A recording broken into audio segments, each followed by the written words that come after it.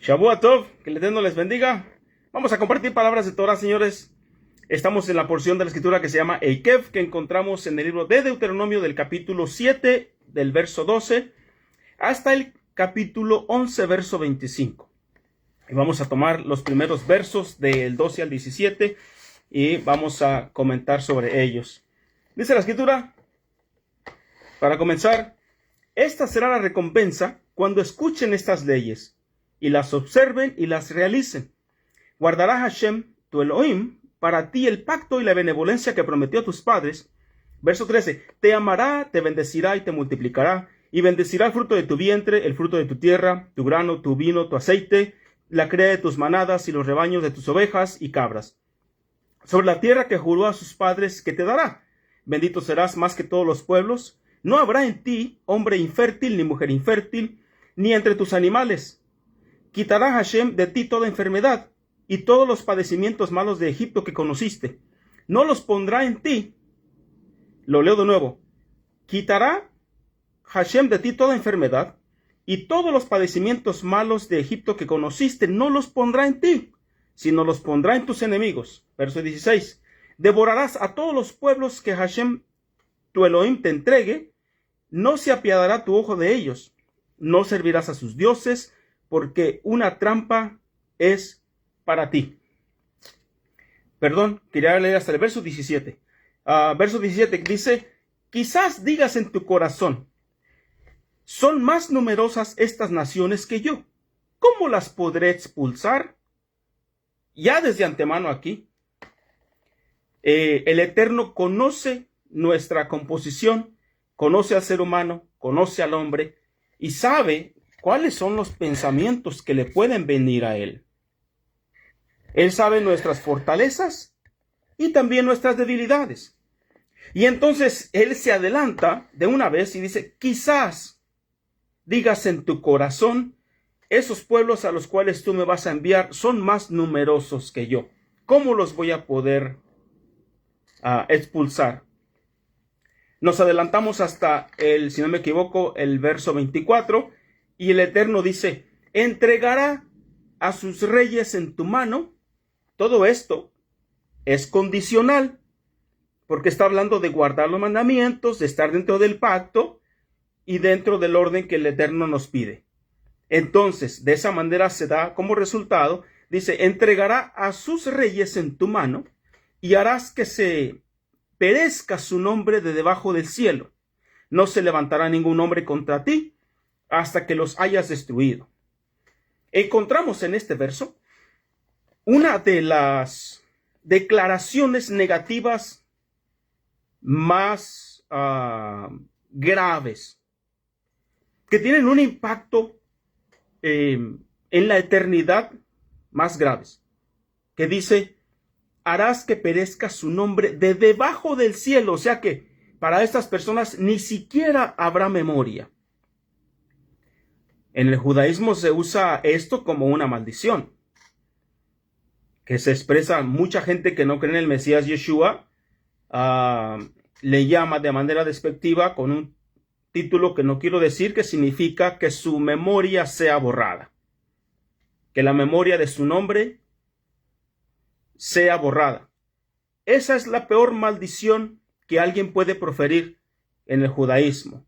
Entonces, es, ¿cómo se llama? Incluso cuando ya uno logra pensar y masticar esto un poquito, no es cosa menor. No es cosa menor que tu nombre sea borrado de debajo del cielo. Y de esa manera el Eterno le promete al pueblo de Israel que siempre y cuando se mantengan dentro del pacto, no habrá quien se levante en contra de ellos. Y uno pensará aquí, las naciones son fuertes. Los reyes que pueden venir en contra de nosotros son fuertes. ¿Cómo es que dice aquí que los entregará en nuestra mano y harás que perezca su nombre de debajo del cielo? ¿Cómo se da esto? ¿Cómo se lleva a cabo? Y esto puede llevarse a cabo de muchas maneras, porque el Eterno nos sorprende cada vez. Es verdad que Siempre que Israel experimenta algo negativo, siempre Israel se sobrepone por encima de sus enemigos. Termina triunfando. Pase lo que pase. Inclusive cuando parece que la esperanza es erradicada. Inclusive es muy significativo que el himno nacional de Israel, que se llama Hatikva, se llama Esperanza. Una de las...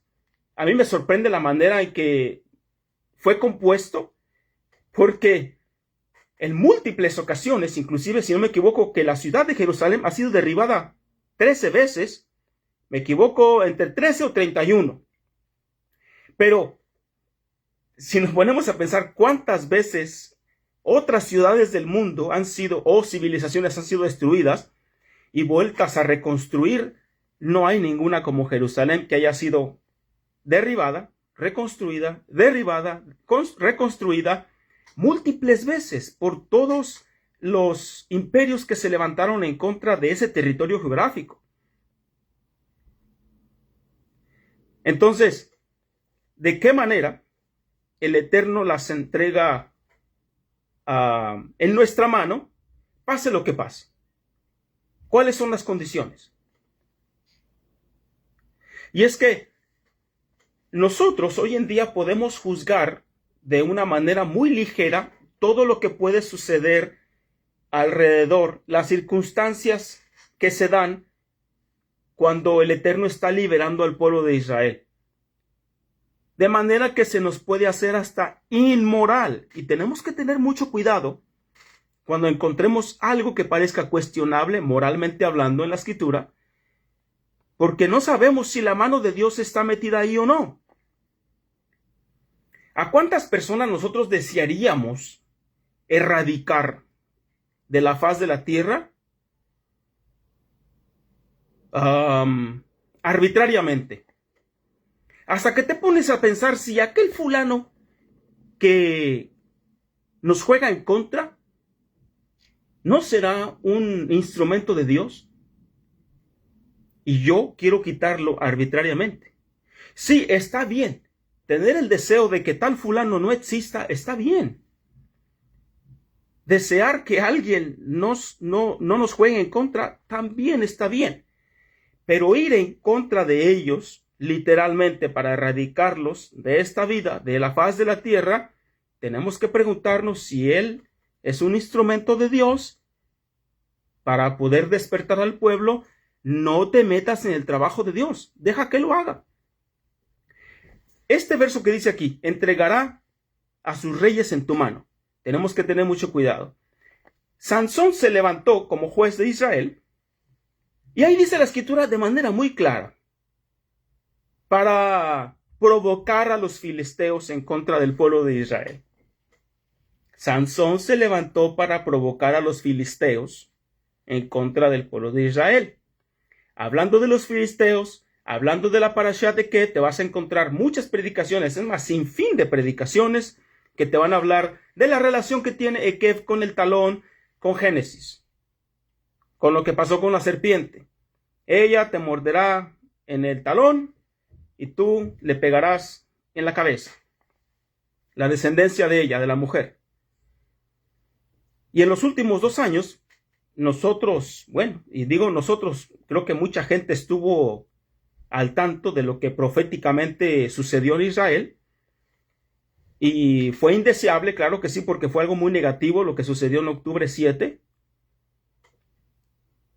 Y aún así, vimos cómo la profecía se sigue cumpliendo de generación en generación. Así como también lo encontramos en la porción de la escritura llamada Ekev. Generación tras generación sufre las consecuencias y sufre los beneficios por estar dentro del pacto o por fuera del pacto.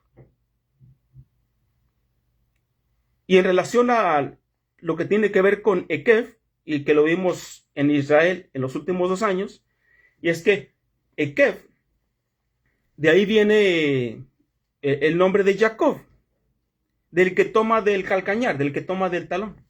Si nosotros vemos la anatomía del cuerpo humano, tú sigues avanzando y lo que está atrás de ti en tierra es el talón. Si tú avanzas y haces algo, la consecuencia queda atrás. queda en la tierra y queda en el talón, viendo la anatomía del cuerpo humano. Es lo que está atrás, lo que está en la tierra. Y Jacob, en la escritura, es el hombre débil. Israel es el que lucha con Dios y vence, es el hombre fuerte. Por eso dice la escritura en el libro de Romanos que al último de cuentas el Eterno vendrá y quitará de Jacob la iniquidad. No habla de Israel, habla de Jacob, habla del hombre débil, aquel que como nosotros, como todos nosotros, en ocasiones y múltiples veces nos convertimos en el hombre débil que necesita ser redimido y que la iniquidad sea extirpada de nuestras vidas. Una de las imágenes que dieron la vuelta al mundo cuando sucedió lo de octubre 7 es que se vio que había una fiesta y había ahí cosas que tienen que ver con la idolatría. Y la porción de la escritura habla de eso. Habla de las consecuencias por caer en idolatría. Y esta parte de la temática la voy a estar tomando un poquito ya al final. Pero vimos ahí una figura de una imagen que es idolátrica. Entonces, nosotros tratamos de ignorar y no juzgar a las personas del todo, porque de que hubo pecado, sí hubo pecado. Pero tranquilo con sentenciar o generar un juicio injusto sobre alguien, porque la mano del Eterno puede estar puesta ahí y nosotros no hemos sido jueces para el asunto. Lo que sí podemos hacer es mirar y aprender de eso para mejorar nuestra vida. Y no acelerarnos a decir, oh, pecadores que no tienen al Mesías, que esto les sucede porque se lo merecen, estaban teniendo una fiesta alrededor de un ídolo. Tranquilos, tranquilos. Hay que analizar bien la situación, hay que esperarnos, no nos emocionemos porque podemos sacar un juicio incorrecto. Entonces, lo que sucedió es que en octubre 7, Israel fue mordido en el calcañar. Y esperamos unos cuantos meses, e Israel se sobrepuso sobre sus enemigos, se levantó sobre sus enemigos. ¿Y qué fue lo que hicieron? Empezaron a eliminar todas las cabezas. Jacob fue mordido en el hombre débil fue mordido en el talón, que refiere a su nombre, y se levantó el hombre fuerte que es Israel, y empezó a eliminar las cabezas de todos los líderes que venían en contra de Israel. Tú le morderás en el calcañar, y ella te herirá en la cabeza. Ahí estaba enfrente de nosotros. Si lo queremos ver, bueno, si no lo queremos ver, no vamos a aprender nada. Entonces, ¿de qué otra manera puede entregar el Eterno a los reyes en la mano? Cuando tú eres Israel y tienes información privilegiada, negativa, de aquella cabeza de Estado, de aquel jefe de Estado, de este otro jefe de Estado, y no se pueden levantar contra ti porque tú tienes información que a ellos no les gusta que tú la hagas pública. A eso se le llama chantaje, pero es una manera de tener a los reyes bajo de tu mano.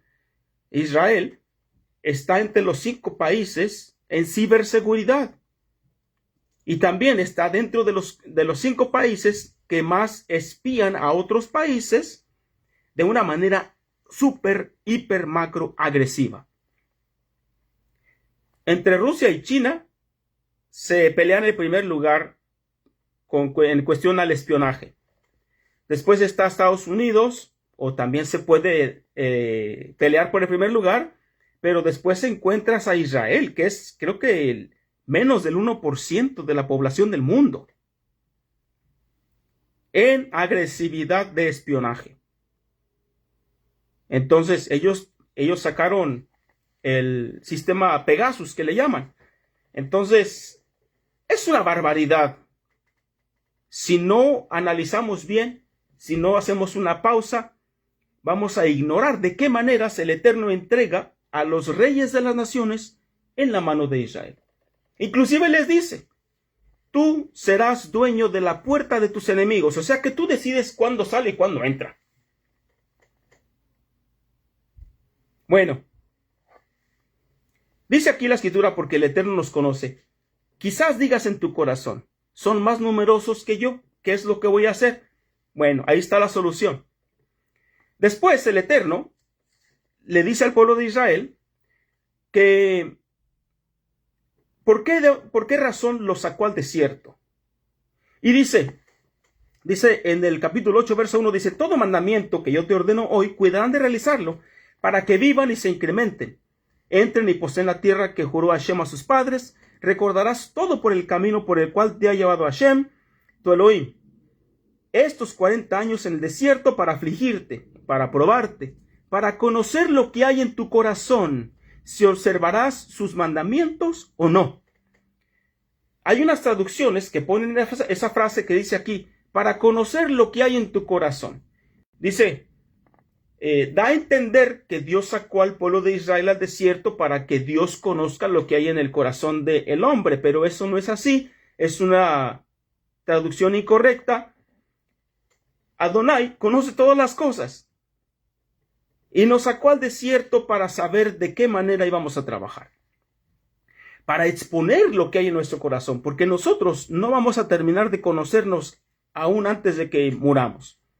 No importa el tiempo que vivamos acá, seamos perfectos espiritualmente, sí se puede lograr eso, ser maduros espiritualmente, la perfección es sinónimo de madurez, pero no vamos a terminar de conocernos.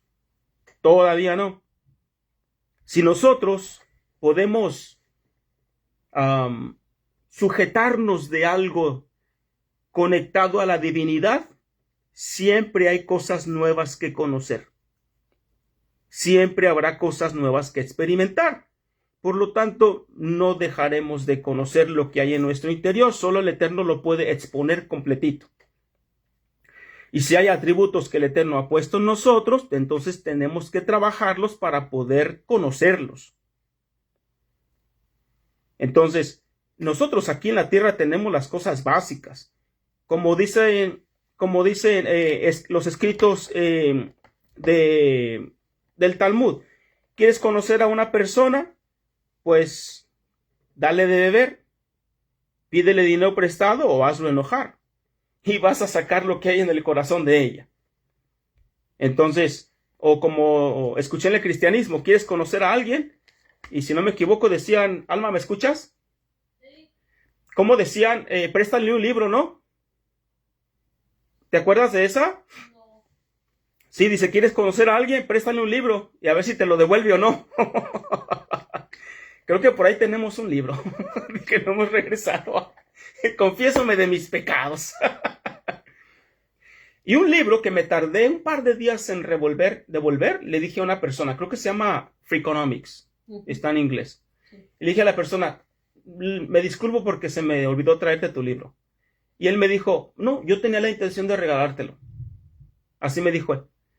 Fue el que me mandó $400 de regalo un año después de haber terminado su proyecto, el anciano, durante el COVID.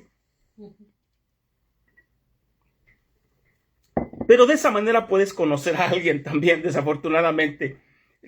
Préstale un libro. Bueno, no somos perfectos para nada.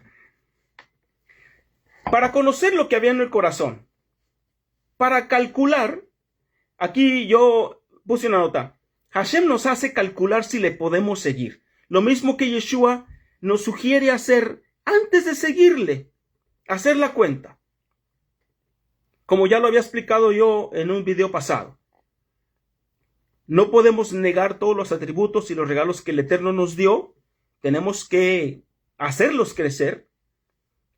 Y usando ese carácter que Él nos permite refinar, la personalidad, usamos eso único que el Eterno nos regaló para usarlo en el reino de los cielos. Entonces,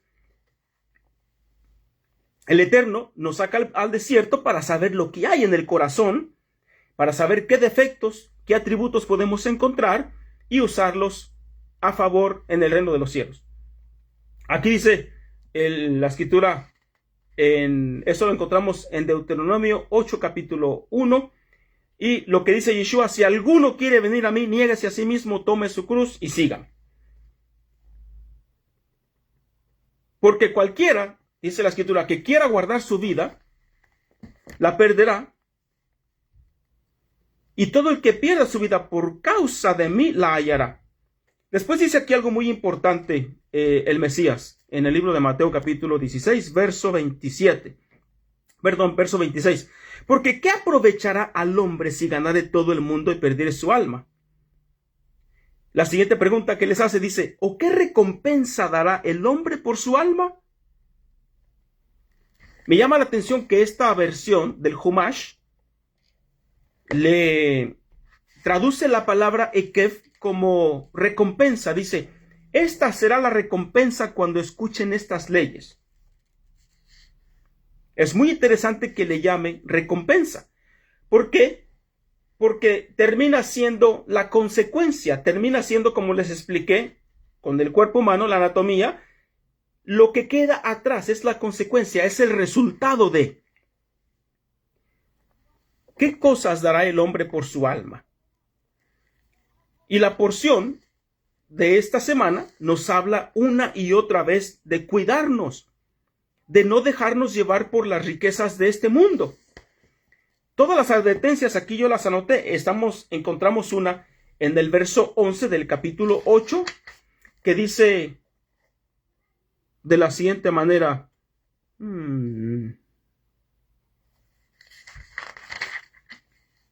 cuídate, no sea que te olvides de Hashem tu Elohim al no observar sus mandamientos. Después dice el verso 17: y digas en tu corazón: mi fuerza y el poder de mi mano me han conseguido para mí esta riqueza, cuando ya logra ser bendecido materialmente. Dice el verso 19: ¿y será que si llegaras a olvidarte de Hashem? O sea, es otra advertencia que también Moshe les está advirtiendo a ellos: si te olvidas del Eterno, si dejas de seguir su camino, si desobedeces, entonces tendrás esta otra consecuencia. Tendrás este pago por tus acciones. Dice el verso 4 del capítulo 9: no digas en tu corazón, cuando los haya echado Hashem delante de ti, hablando de todas las naciones que el Eterno iba a expulsar de delante de ellos, diciendo: por mi rectitud me trajo Adonai para poseer esta tierra, y por la maldad de esas naciones Hashem las expulsó de delante de ti. Y les explica diciendo, Moisés le dice a ellos: no por tu justicia ni por la rectitud de tu corazón vienes a poseer la tierra, sino por la maldad de las naciones Hashem tu Elohim las expulsa de delante de ti, y a fin de establecer la palabra que prometió Hashem a tus padres, Abraham, Isaac y Jacob. Me estaba acordando de algo muy interesante que sucede en las mentes de personas que uno conoce, y es algo muy recurrente. Hay mucha gente creyendo en el Mesías, hay mucha gente creyendo en Dios, mucha gente acercándose, y otros que son religiosos, inclusive rabinos, por lo menos sé de uno, que se meten mucho en el pensamiento filosófico, llegan al grado a decir que Dios, el nombre de Dios, es un constructo social. La Torah es un constructo social. Que Dios no existe. Son cosas que te imaginaste. A lo mejor estabas fumando marihuana y te dijiste: ¡ay, Dios! Estaba fumando marihuana y hay ley, hay Torah. Llevan un camino que va conduciendo cada vez más a negar todo aquello que tenga que ver con la divinidad, todo aquello que tenga que ver con la religión. Entonces, ¿pero por qué pasa esto? Así como la gente ignora cómo Dios obra en el mundo, así ellos ignoran o no quieren ver, deciden no ver cómo Dios obra alrededor de ellos. Y cada cosa buena que les pasa, dicen: a lo mejor fue porque me lo merecí. No, yo tengo dinero porque voy a trabajar. A mí no me da nada Dios. Y estoy saludable porque hago ejercicio, como saludablemente, etcétera, etcétera. Dios no tiene nada que ver aquí. Se inundó el pueblo porque llovió mucho y fue una inundación. Aquellos se quemaron porque hubo un fuego, aquel fulano lo hizo, lo provocó, etcétera, etcétera. Por eso mencioné de tener mucho cuidado cuando saquemos un juicio pronto, porque no sabemos si la mano del Eterno está ahí.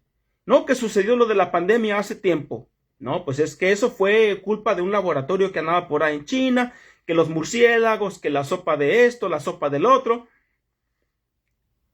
Y seguimos en las mismas. No queremos ver la mano de Dios donde está la mano de Dios. Se lo queremos atribuir a eventos casuales de la naturaleza. Y resulta que estas cosas alrededor de nosotros se están atestiguando. Pero ¿por qué ellos deciden no poner atención en lo espiritual? Porque hay versos en la Biblia que apoyan que a Dios le vale muy poco el sufrimiento de personas o hace excepción de personas. Hay versos que dicen que Dios no hace excepción de personas, pero depende del comportamiento de las personas, Dios sí hace excepción de personas. Y a otras personas a esto se les hace un juicio arbitrario, que Dios decida qué es lo bueno, qué es lo malo también. Para ellos no se les hace justo. Entonces nunca están contentos. Y otro de los versos es cuando el Eterno le da la promesa a Abraham de la tierra prometida, de lo cual voy a hablar al último, porque también la porción de la Torah, que de eso habla en lo último. Y entonces dice que el pueblo de Israel irá cautivo a Egipto porque aún no ha llegado al colmo la maldad de las naciones. ¿Y cuánto tiempo duró el pueblo de Israel cautivo en Egipto? Bueno, dice la Torah que iban a estar ahí 400 años. Ya después los rabinos dicen otra cosa. Está bien, le creemos a los rabinos y a la Torah no. O vamos a ver la explicación, ¿no? Y una de ellas se la voy a dar para que no diga que yo estoy en contra del rabinato, del Talmud, etcétera, etcétera. No. Y qué bueno que me acuerdo de eso. Es una belleza. Es una belleza. Porque se dice que el pueblo de Israel duró cautivo 210 años. La Torah dice que fueron 430 años. ¿A cuál le vamos a creer? La porción de la escritura de esta semana nos dice por qué la discrepancia. Y te da la solución del conflicto entre 210 años o los 430. Porque no solo estás en cautividad cuando estás siendo oprimido por los egipcios. Si tú eres un socio del egipcio y te va bien, y eres un empresario, tienes el Rolls Royce afuera, tienes la carreta con sus llantas cromadas, con sus ruedas cromadas, tienes los mejores caballos, tienes una vida muy buena, vives en abundancia, también eso es esclavitud. Por eso el pueblo duró esclavo en Egipto 400 años, como dice la Torah. A los 430 años salieron. Es que estar en esclavitud a nosotros se nos hace que estaban siendo latigados constantemente. ¿Usted no se ha preguntado por qué el pueblo junto con las naciones deseaban regresar porque había sepulcros, que porque había cebollas, los puerros que también se ven como cebollas, que porque había peces, había carne asada? ¿No? Parece como que no les iba tan mal, ¿no? No solamente se está en esclavitud cuando se está sufriendo en escasez. También cuando se está en abundancia, eres un esclavo del sistema. Ahí están los 430 años. Por eso hay que conciliar estas cosas que parecen contradicciones. Y regreso a lo que les estaba diciendo acerca de las personas, por qué toman cosas de la Biblia que parece que, bueno, son como excusas para no creer en el Eterno. Se toman 400 años para que al Eterno lo hagas enojar entonces. Porque entonces hasta que llegue el colmo la maldad, Dios se enoja de repente y echa a las naciones de delante del pueblo de Israel. Entonces lo hace ver como si Dios fuera un ser indiferente. Y seguimos ignorando la ciclicidad de cada generación, en la cual Dios bendice al que obedece y le va mal al que no obedece. Y el Eterno es tan bueno que te quita el internet, te quita los 10 pesos que te da de domingo o de regalo. ¿Cómo le llaman en inglés a eso? Ya se me olvidó ahora. Allowance, le llaman allowance en inglés, a lo que los padres te permiten tener cada semana o cada mes. Y entonces ya de repente si sacas la basura a tiempo, ya no dejas algo tirado, ¿verdad? ¿Quiere tener sus beneficios? Entonces obedezca. Y así funciona la ciclicidad con el Eterno. En cada generación se levanta siempre un malvado y siempre hay personas, un grupo de personas pequeño que siguen fieles. Y uno se pregunta, si Dios fuera indiferente,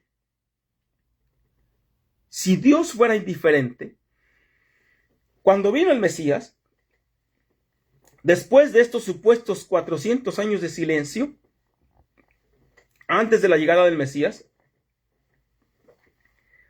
¿a dónde tú crees que Yeshua fuera a encontrar un verdadero israelita? Cuando vio a Natanael. Y cuando vio a Natanael dijo, he aquí un verdadero israelita. Pregúntate de qué manera. Él era un verdadero israelita. ¿A quién le darían las gracias de que Natanael fuera un verdadero israelita? A sus padres, a los abuelos, bisabuelos y tatarabuelos y tatarabuelos. Y hay personas que no ven a Dios ahí porque el pueblo está con el imperio romano, con el imperio griego, están viendo un montón de maldad, no se ve Dios. Por lo tanto, se muere la esperanza en Dios. Y eso lleva a muchas personas a dejar de creer. O nadie les ha enseñado a ver a Dios en las pequeñas cosas. Si se dice que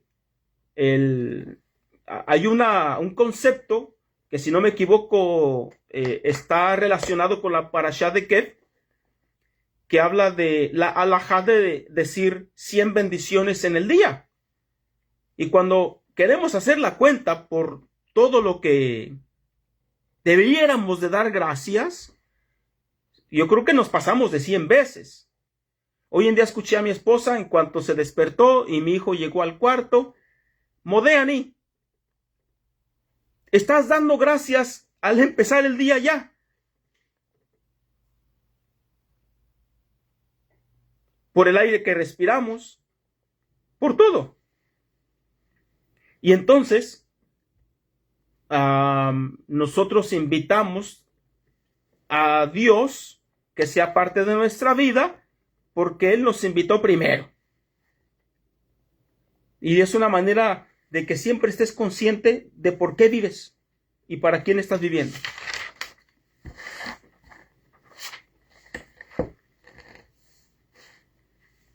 El verso 7 del capítulo 9 dice, recuerda, no olvides que provocaste a Hashem, hablando de la idolatría, porque Moisés les está recordando cuando estaban al pie del monte Sinaí, y dice, recuerda, no olvides que provocaste a Hashem con idolatría, para que no lo vuelvas a hacer. Yo aquí incluyo este verso, pues en esta ocasión el pueblo, como lo menciona la porción Ekev, no tenía sed, no tenía hambre, ni le faltaba nada de lo que tenía. La porción lo repite una y otra vez. Siempre que tengas bendición, no te olvides de Adonai. Una y otra vez. Y aquí está muy interesante esto porque a ellos ya habían sido saciados, ya conocían el maná, ya tenían el Shabbat. No tenían sed ni hambre, ni les faltaba cosa alguna dentro de lo que cabe en el desierto. Y es muy interesante porque ellos cayeron en idolatría mientras estaban esperando la Torah. Entonces, no sabemos esperar. Nos impacientamos. Fueron 40 días. No sabemos qué le pasó a Moisés. Estaban comiendo las uñas. ¿Y qué cosa es la paciencia? La paciencia no es la habilidad de saber esperar, sino la actitud que tomamos mientras estamos esperando. Porque tú puedes estar formado en la fila del banco y estás ahí, échele y échele a la cajera, que está mascando chicle, que está distraída en el teléfono, que no atiende a las personas, está reclamando por aquí, por allá, que aquel se metió en la fila, etcétera, etcétera. Y está otra persona calladita, calmadita, con una buena actitud mientras espera. Los dos tuvieron la habilidad de esperar hasta llegar a ser atendidos, pero una tuvo una buena actitud mientras esperaba.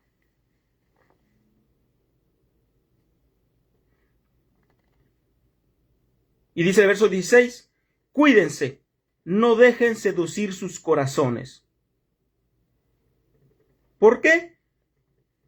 Porque guardas un mandamiento y ves que a Adonai no le gusta la idolatría y ves una imagen de tal o una estatua de tal estatura, pero es de plata pura.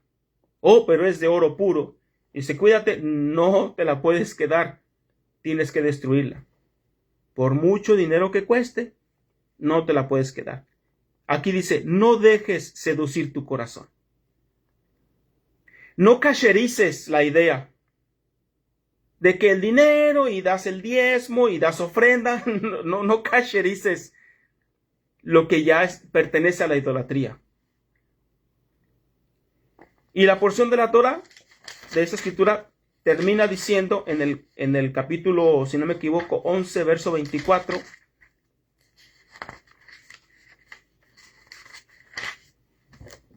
Dice, todo lugar donde pise la planta de sus pies será de ustedes. Desde el desierto hasta el Líbano, desde el río Éufrates hasta el mar occidental será su frontera. La tierra prometida. Termina citando la localización geográfica de la tierra prometida. Entonces, dice, desde el desierto hasta el Líbano. ¿De cuál desierto está hablando? Desde la península más baja del Sinaí hasta el Líbano, hasta la parte norte de Israel, hasta lo que hoy se conoce como el Líbano. Y desde el río Éufrates, hasta el mar occidental será su frontera.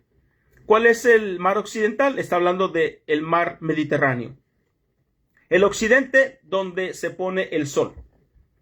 Para que sepa cómo estaba, si tú quieres mirar el templo de Salomón, el sol se levanta sobre la puerta del templo y se pone en el mar Mediterráneo atrás del templo.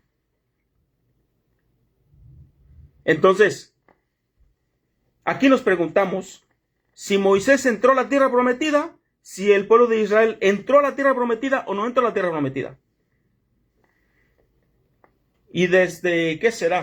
No sé, desde el 2016, 17, he seguido yo enfatizando que Moisés sí entró a la tierra prometida y que todo el pueblo de Israel que murió en el desierto, desde el Sinaí hacia Canaán, entraron a la tierra prometida. Todos. Y le voy a decir por qué. Porque yo no estoy dispuesto a ceder ni una sola pulgada de lo que es la tierra prometida.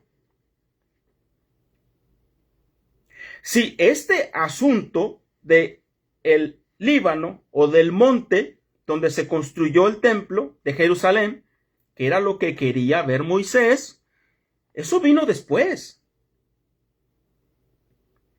Pero el concepto de tierra prometida es la extensión geográfica. Es el área continental que el Eterno le prometió a Abraham. Ni más ni menos. ¿En dónde dice la Torá? Yo le pregunto a la gente que son estudiosos, que son expertos en todos los escritos rabínicos, etcétera, etcétera. ¿Dónde dice que la tierra de Israel son 20,000 kilómetros cuadrados? O 20,744 más o menos kilómetros cuadrados. Más o menos del tamaño de Aguascalientes, de donde yo soy. un poquito más grande, si no me equivoco, del tamaño de El Salvador. ¿Dónde dice la Torá que la tierra de Israel son 20,000 kilómetros cuadrados?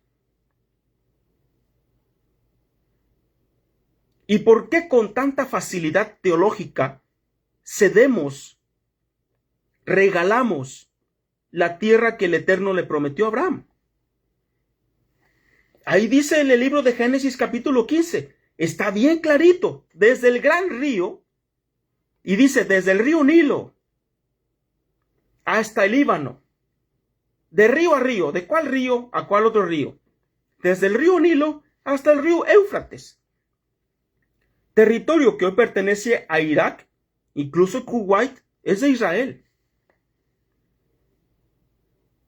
Ahora alguien me va a salir con que no, es que desde el río Éufrates hasta el mar occidental, entonces hay que trazar una línea, hay que trazar unos puntos desde el mar occidental hacia el río Éufrates, pero ¿hacia dónde lo vas a trazar? Porque desde el mar puedes trazarlo desde donde nace el río Éufrates, que es en Turquía, y lo puedes trazar hasta donde desemboca el río Éufrates. Y te quedas con un territorio casi el tamaño de los Estados Unidos, como la tierra prometida. Y yo me sigo preguntando por qué con tanta facilidad regalamos el terreno que Dios le prometió a Abraham. En ningún lado de la Torá,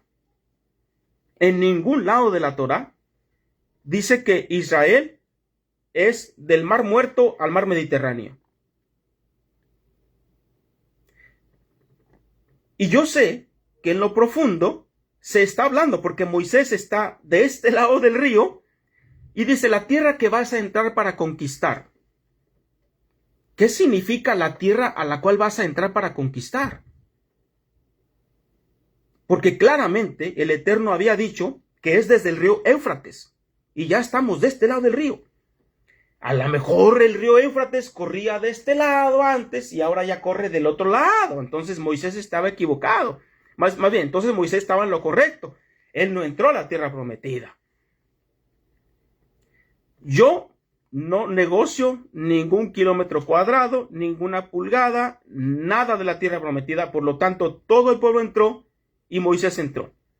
Ya después en los niveles más profundos ya sabemos qué significa. Pero cuando la gente mira a Gaza, no la mira como la tierra prometida. Dice que es de los filisteos. O cuando miran a Jordania, no lo consideran como parte de la tierra prometida. Y yo digo, ¿dónde está ese pensamiento? Y yo nunca me he quitado ese pensamiento de la cabeza. Y siempre me imagino la tierra prometida. Y es como el Eterno la describió en Génesis capítulo 15.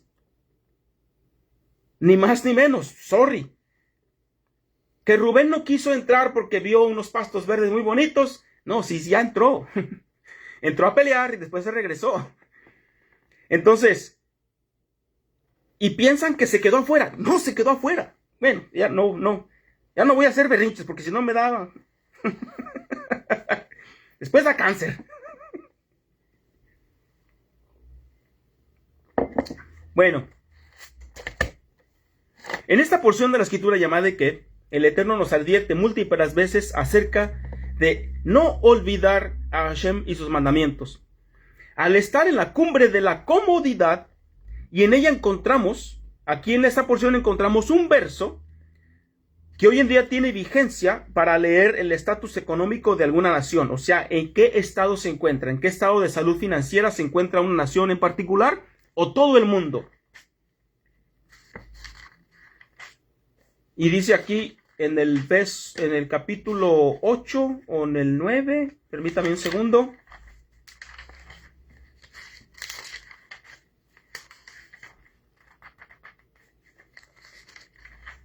En el capítulo 8, verso 9, dice, una tierra donde no con pobreza comerás en ella pan, no te faltará nada en ella, una tierra cuyas piedras son hierro, y de cuyas montañas extraerás cobre. Y el cobre es uno de esos elementos, bueno, también aquí la palabra para cobre en hebreo se puede traducir como bronce. es bronce o cobre. Se usa como un indicador en el mundo financiero para saber el estado de una economía, porque se usa hoy en día el cobre para todos los electrónicos, para los vehículos, para la infraestructura del país, para la red eléctrica, etcétera, etcétera. La electricidad mueve muchas cosas. Y ella usa cobre, que es el material por excelencia para conducir la electricidad. Y entonces se usa como ese indicador, y es muy interesante que se hable del cobre en relación a una tierra donde a la gente no le va a hacer falta nada. Y cuando hay muchas cosas en abundancia, inclusive dice la escritura que en el libro de Crónicas, si no me equivoco, hablando del rey Salomón, que mientras Salomón estaba vivo, la gente menospreciaba la plata porque había mucho oro en exceso, y la plata era como las monedas de a centavo que dejas por ahí en el bote. Así se estaba viviendo el auge económico en Jerusalén en tiempos de Salomón. ¿Y qué sucedió un reinado más después? ¿Qué sucedió cuando murió Salomón y se dividió el reino? Exactamente, la parashá de Kev habla de esas cosas. Habla de cómo el hombre se encumbra, y aquí el Eterno cariñosamente le dice al pueblo: quizás digas en tu corazón, ¿cómo los voy a conquistar? O quizás digas en tu corazón, mi mano ha hecho todo esto. Como un papá cariñoso no lo dice. Entonces, hay otro indicador que es muy interesante, que está siempre encontrado a la cumbre de cada imperio antes de ser derribado, antes de que caiga. ¿Y cuál es este? En inglés se le llama The Stripper Index.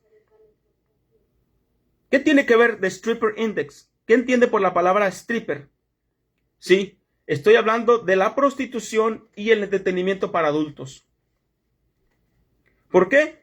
Porque yo pienso que a un genio se le ocurrió ir a entrevistar en ciertas etapas de la vida o tiempos del año o ciclos económicos a las prostitutas de las ciudades. Y les decía que cómo va la economía, que cómo está la clientela, etcétera, etcétera. ¿Y por qué usó él esa labor que hacen estas mujeres como un indicador de la economía? ¿Por qué? Porque cuando al hombre le va bien, cuando el hombre tiene mucho dinero, cuando hay mucha paz, no hay guerras, hay mucho pan, mucho trabajo, los negocios van bien, el hombre se recuesta y no haya qué hacer, porque ya tiene todo, y se entrega a los placeres de la vida, y se olvida de las palabras de Torah, se olvida de los comentarios que hizo nuestro rabino Yeshua, etcétera, etcétera. Y entonces se entrega a los placeres, y a las prostitutas se les va bien, cuando a todo mundo le va bien. Entonces cuando ellas dicen, ya casi no hay clientela, no es lo mismo que antes, entonces la economía está a punto de entrar en una recesión, porque son las primeras que se quedan sin trabajo, o que va reduciendo la demanda. Es muy interesante, y como estos indicadores hay muchos más, que nos dicen la salud financiera de un país y a qué se está dedicando la nación cuando le va bien. Nosotros hoy en día vivimos un nivel de comodidad que no vivimos en un nivel astronómicamente mayor que el que vivieron los reyes en los tiempos medievales. Porque aquello era una cosa fea, maloliente, cochina. Y nosotros en cuestión de comodidad e higiene estamos por los cielos.